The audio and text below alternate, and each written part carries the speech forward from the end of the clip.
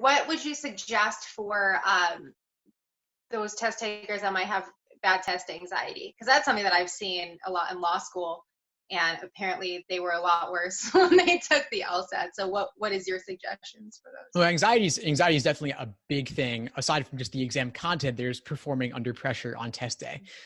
So a couple of things I think about. One of them is training yourself to focus. And this is related to mindfulness, of course. I really recommend mindfulness meditation.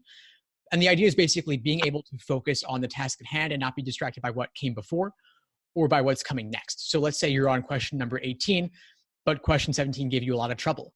You want to have the confidence and the focus on question 17 to let go of it and move on to 18.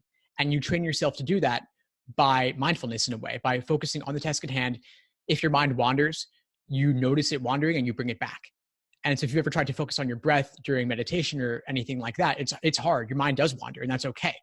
The idea is that every time you notice it wandering and you bring it back, that's progress, that's growth, that's strengthening your mental ability to focus. And you might feel bad at failing as your mind wanders, but that's okay. The benefit of wandering is that you notice it wander and you bring it back. And so if you can do that while training at home, even just 5 minutes a day, you can then learn to do that on test day as well.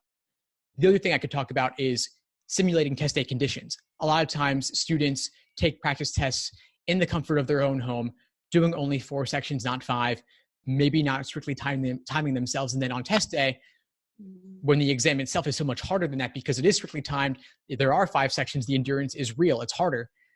And then of course you can fall short. And so practicing like it's game day makes a big difference too. But if you've done 5, 10, 15 timed exams under realistic conditions, then you can maximize your odds of making your exam, the real one, just another practice test. Thanks for tuning into the show. Please subscribe if you haven't done so already to be notified of new episodes as I release them. And feel free to reach out if you need anything at all as you move forward with your prep. I'm happy to help however I can. In the meantime, I wish you all the best and take care.